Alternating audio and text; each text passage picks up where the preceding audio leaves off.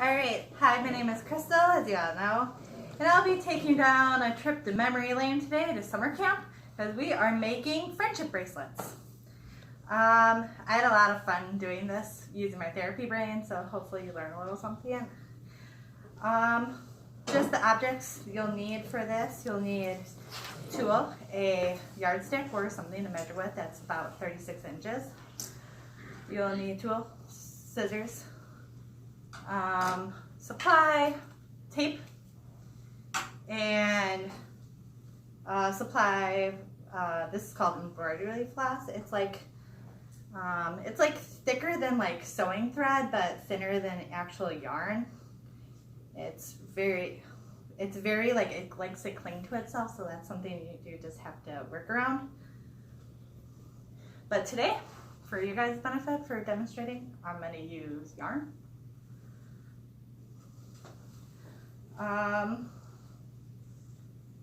So one thing about the embroidery floss or yarn, whatever you're using, you can use yarn as a grade down, because if you have somebody that has fine motor issues, this is a little harder to grasp than this. So you can use yarn, even if you have a little bit of a low vision problem.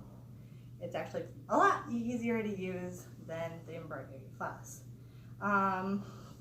So just space demands, all you'll need is a space wide enough to fit your yardstick, 36 to 40 inches. And just a space at a table is going to be fine. I recommend sitting for this activity, as it can be a time-consuming activity. It takes a little while.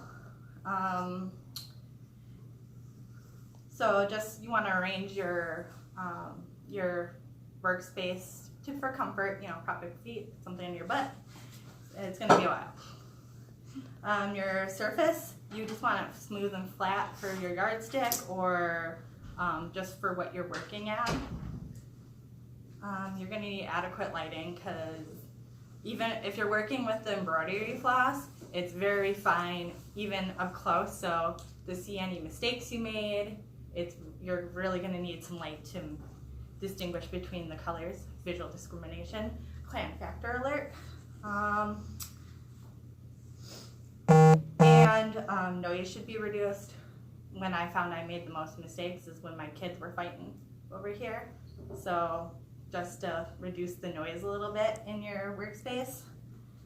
And I wouldn't recommend kids around for this activity. So the first step we're going to do is we're going to measure out our yarn or embroidery floss. I'm going to use yarn. So the one thing about this activity is the more colors you use, the wider your design is going to be. I'm just going to walk around and show you. This one I did with 6 colors, and this one I did with 7. So one more color, and it's definitely a lot wider. So you can kind of see it a little bit better on your wrist, or whoever you're making it for.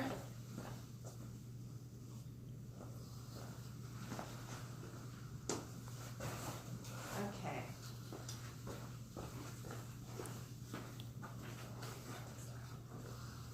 So I am going to use 4 colors for time constraints here. So I'm going to start with my blue here. You're going to want to unravel about 36 inches of yarn. So unravel, start at the 0,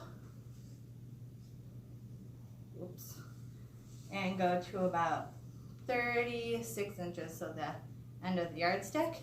You're going to want to grasp and pinch. So you want to grip that really good, across the skill, or motor skill. And you're going to want to reach for your scissors. And with that little loop, you're going to want to feed your scissors through it and like really kind of cut, give it a really strong cut, because if you kind of just cut really lightly, you're not going to get a clean cut, and it's going to fray, and it's not going to look as nice. So you're going to want to just take that that section and put it aside, and then you're going to keep doing this with all your colors. So you're going to repeat.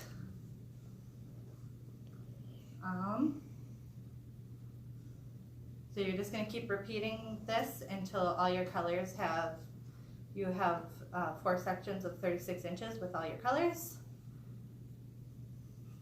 I did not do this as a social activity. I did it with colors that I had.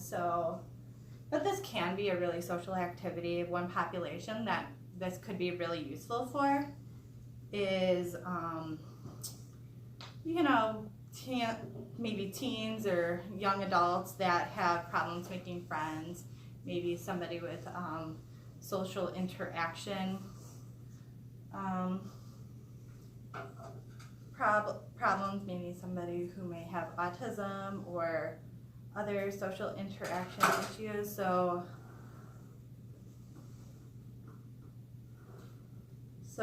and it would, you know, in a group setting in mental health or even just like a summer camp, school, that this could be really helpful to be able to start up a conversation with somebody, or even, you know, form a little bit of a bond in the beginning of a group activity or something with somebody. But just some skills that would be involved with that would be maybe to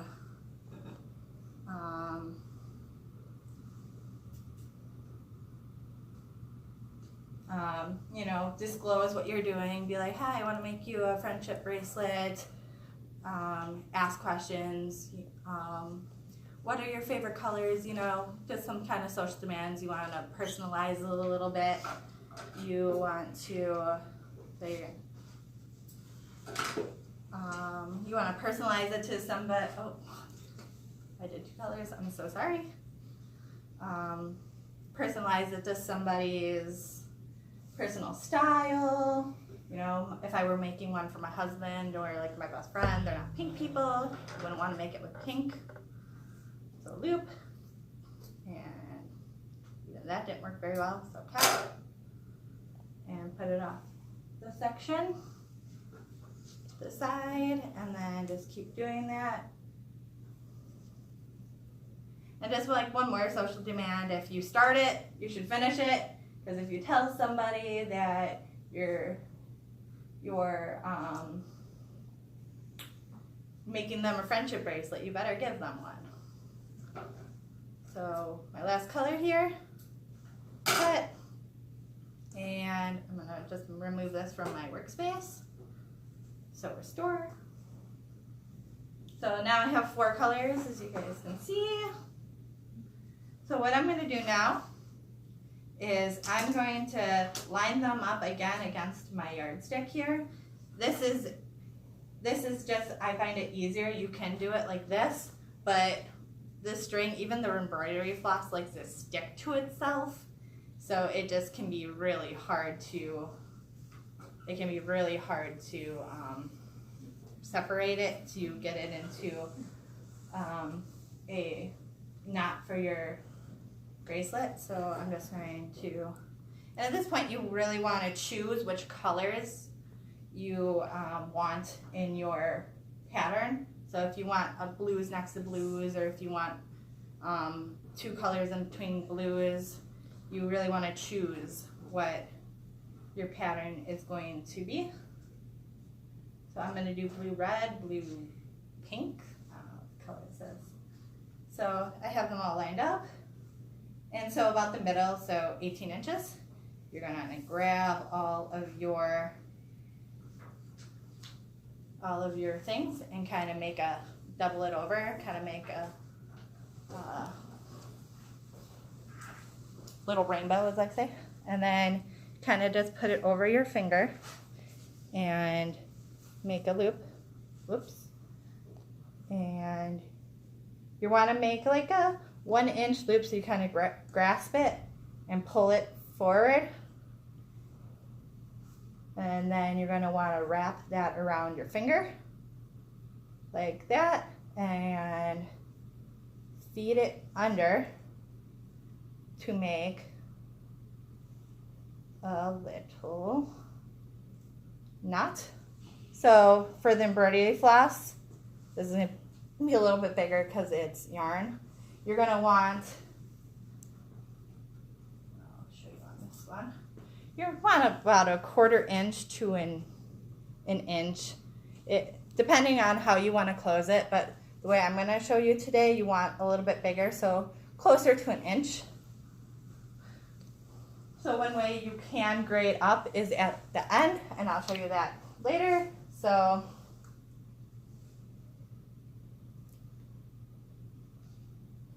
now you have your start of your friendship bracelet. You got the little knot there.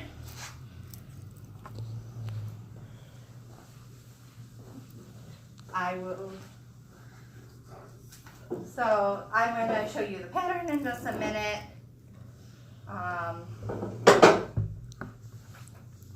I just wanted to talk about some populations I thought this would be really great with is, so those with ADHD, I thought this would be a great project or activity for, because this is a time-consuming activity and it's something that you can stop, resume, as I kind of found out.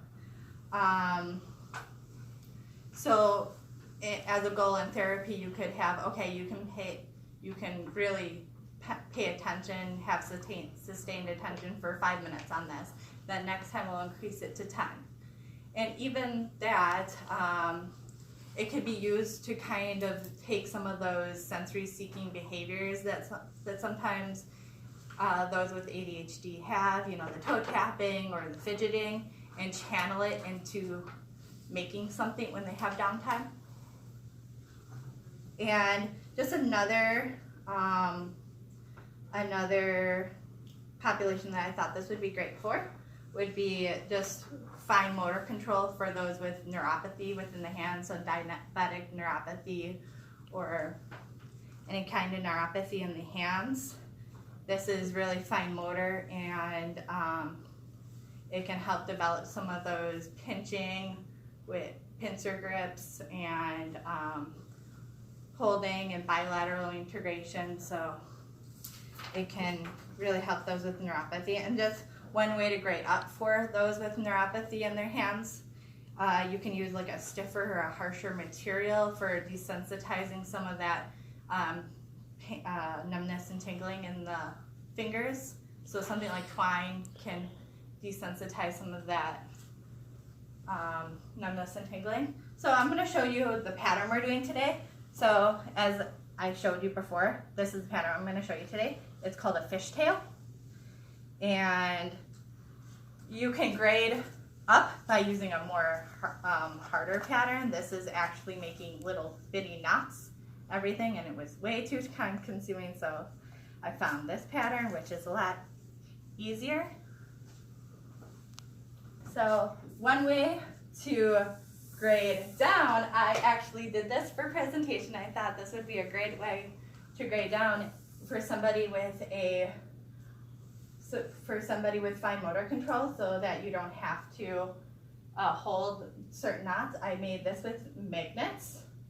So at this point, I forgot that, excuse me.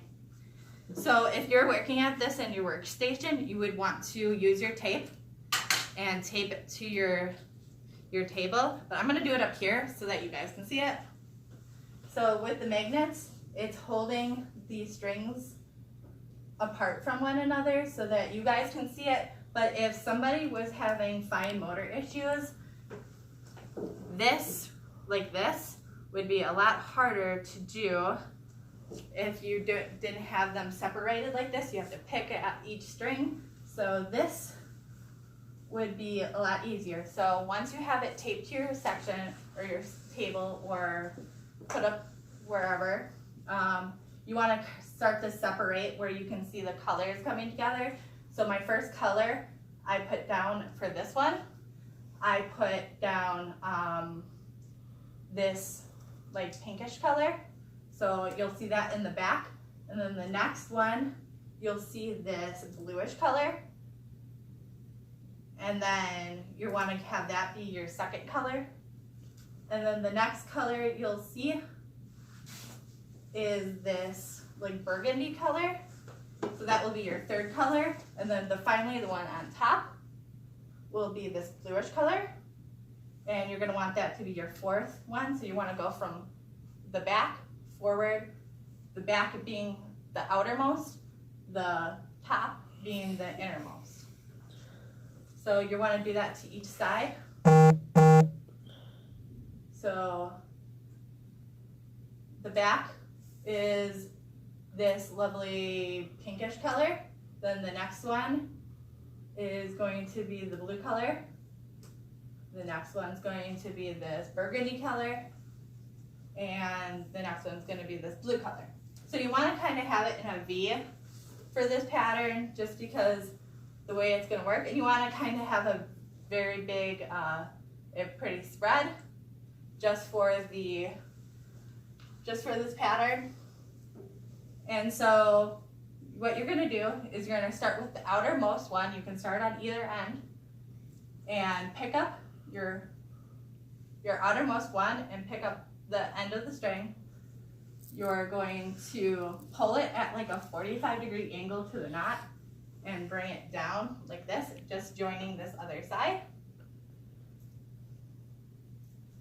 And then you're going to do the same to the other side. So if somebody was having bilateral integration problems, you're going to want to have them use either hand or both hands while doing this. And if you only had one hand, you could grade it down by doing this where it sticks to something like this and only having them use one hand. So we're going to pull it up at a 45-degree angle to the knot again and pull it down. And you can see this kind of cross pattern in the middle, I'm hoping. And you can see the cross pattern in the middle. And you just kind of want to keep the deep V thing going. And you're going to do it again to the other side. Pull it up at a 45-degree angle. Or to the other colors, excuse me. And put it down so it joins this side. And then the next, you're going to pull it up at that 45-degree angle. And pull it down. That 45-degree angle gets the colors from behind to up here so that they can wrap around the other colors. Otherwise, you won't get as much color into the actual design itself. And as you can see here, one of my colors is kind of hiding here. So if you find a mistake, you can just pull it out with your fingers. That takes a little bit of fine motor control. So as you can see, the design, now you can kind of use your praxis, your motor planning, and keep going with this. So up and over, and you can kind of see this fishtail pattern that's going on. So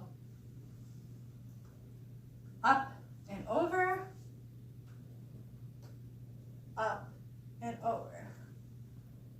And then as you move, you kind of keep getting that deep V pattern in there to kind of keep that braid tight. And as you go, you just want to kind of tighten it so that it kind of stays in a straight line here. So we're going to keep going, up and over, up and over. So you can see how that's kind of coming along. Another way to even grade this down further, I really like this, is that you can put a little bit of foam on these magnets. I just cut up just one that was on our fridge and put like a little foam block or foam, like craft foam, on top of it so that instead of peeling it up with your nail, so that's a body function. Nails, definitely need nails for this one. Even with the embroidery flats, you kind of have to use your nails to pluck it up. You can put the little foam blocks on top of this, and so it's more of a pincer grip than a pull up with your nails kind of grip. So I think you guys kind of get the pattern here. We're kind of making this little braid.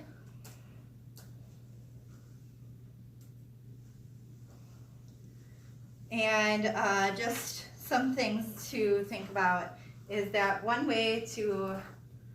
client factor that really goes into this is working memory. So if you're working with embroidery floss, it's really hard to lose your place where you're at in your design. So working memory is a need, and to grade down for working memory, you can even use this design that I kind of made because it shows you what your next color in your design is. Or you can simply have a color-coded sheet showing you, like, okay, I just did blue, my next step is pink, or so on and so forth.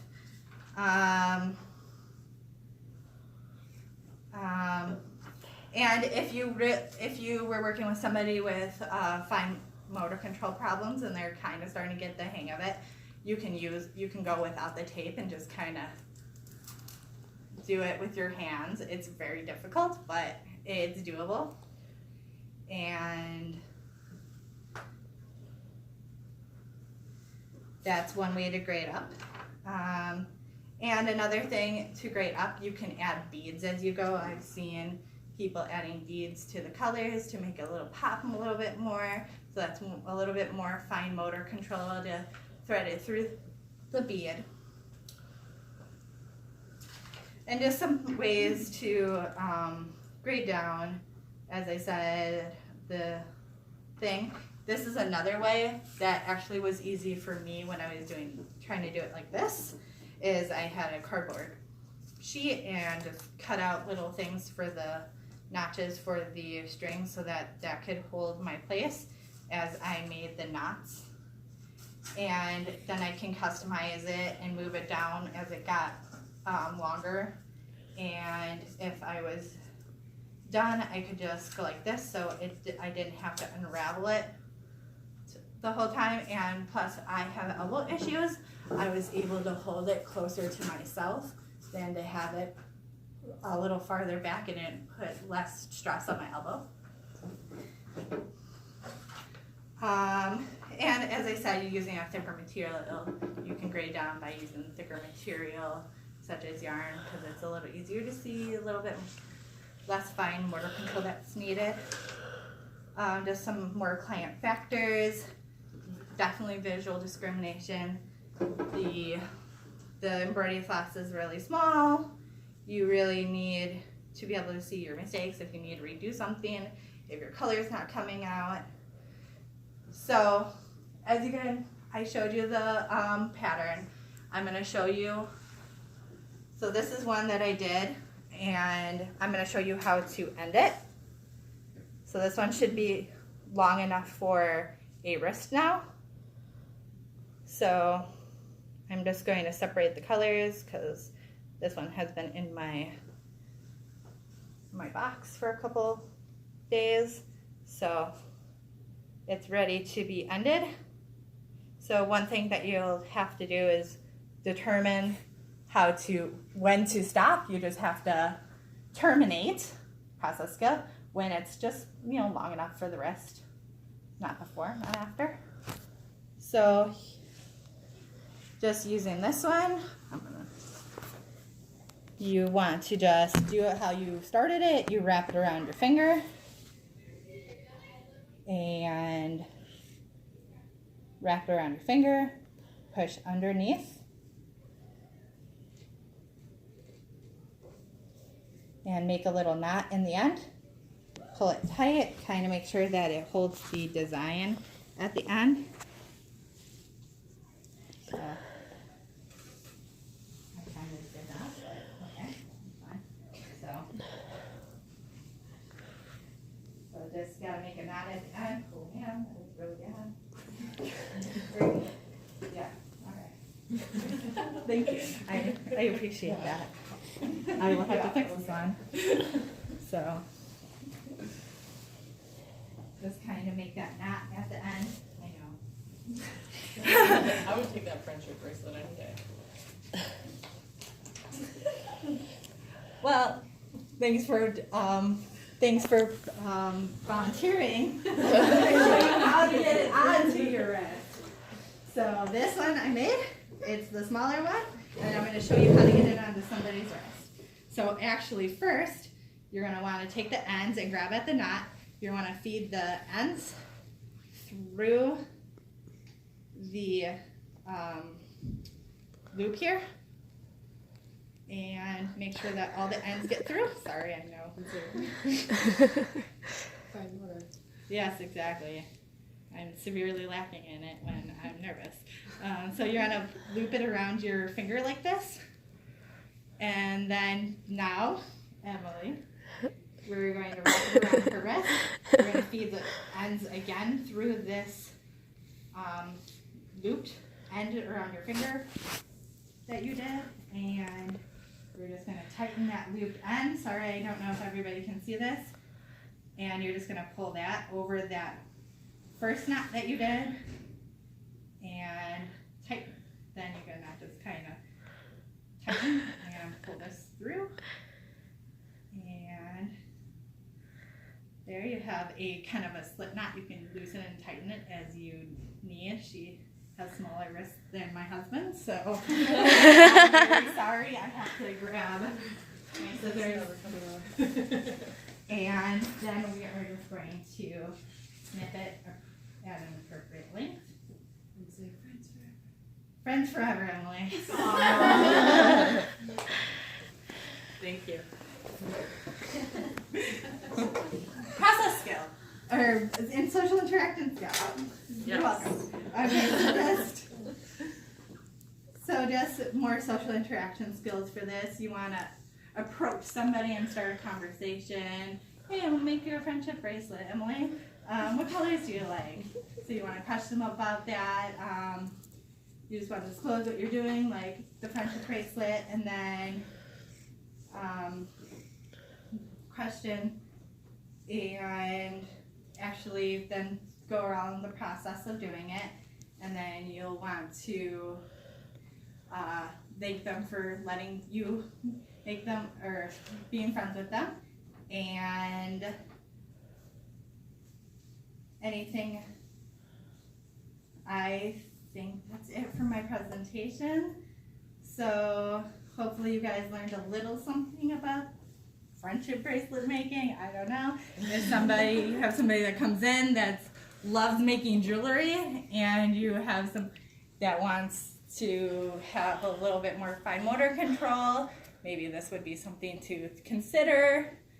If not, I'm just going to end my presentation by saying thank you for listening, thank you for putting up with me, and ask you if there's any questions. Thank you.